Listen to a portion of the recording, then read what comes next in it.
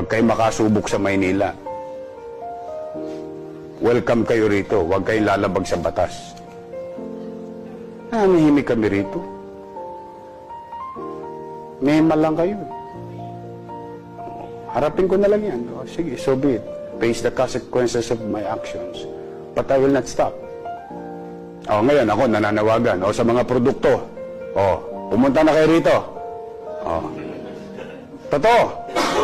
Totoo. Dahil meron akong gagawin isa. Hindi ko nasasabihin sa inyo. O kung sino man yung produkto na yon, o doon nyo ibibigay. Dahil hindi nyo alam ang pakiramdam ng isang nanay na may tumor yung anak niya. At milyon. Yung laway nyo, walang bisa. Pero yung luha ng nanay, hindi nyo kaya yon. Kasi hindi kayo naging mahirap. Diba? Yung umiiyak yung tatay, umiiyak yung nanay, may tumor yung anak niya, walang magawa ang gobyerno, walang magawa ang mga mayor, kasi limitado ang kapangyarihan sa paggastos sa isang pasyente. Dahil milyon, buhay niya. O, pumunta kayo dito. Dito kayo manood ng tunay sa sitwasyon ng tao. Makita niyo, iyak ng ina na may tumor yung anak niya.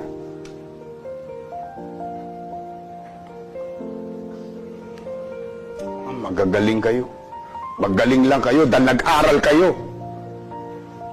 Pero yung pag-aral niyo, hindi niyo ginamit sa makatwirang pamamaraan. Bakit? Palibasa? Maganda bahay mo? Panatag ka na?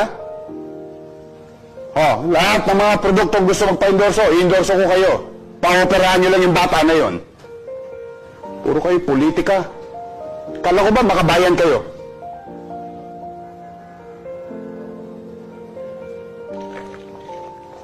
Ang gagaling ninyo? Ang gagaling ninyo sa mga billboard ninyo, makabayan, makabayan, makabayan.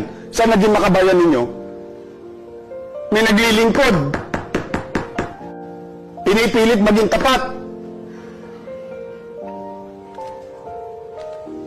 Saan na makabayan doon?